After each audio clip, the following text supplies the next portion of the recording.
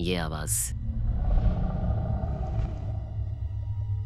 धरती के किसी भी नॉर्मल एनिमल की नहीं है। कारपेथियन माउंटेन्स में रात के 2 बजे रिकॉर्ड हुई इस आवाज ने वाइल्ड लाइफ एक्सपर्ट्स के होश उड़ा दिए हैं। इसकी फ्रीक्वेंसीज इतनी लो थीं कि आसपास की जमीन कांपने लगी थी। साइंस के पास इसका कोई जवाब नहीं है, लेकिन वहाँ के लोकल्स मानते हैं कि सदियों पुराना एक ड्रैगन अपनी नींद से जाग चुका है। एक बार फिर सुनो और कमेंट्स में बताओ।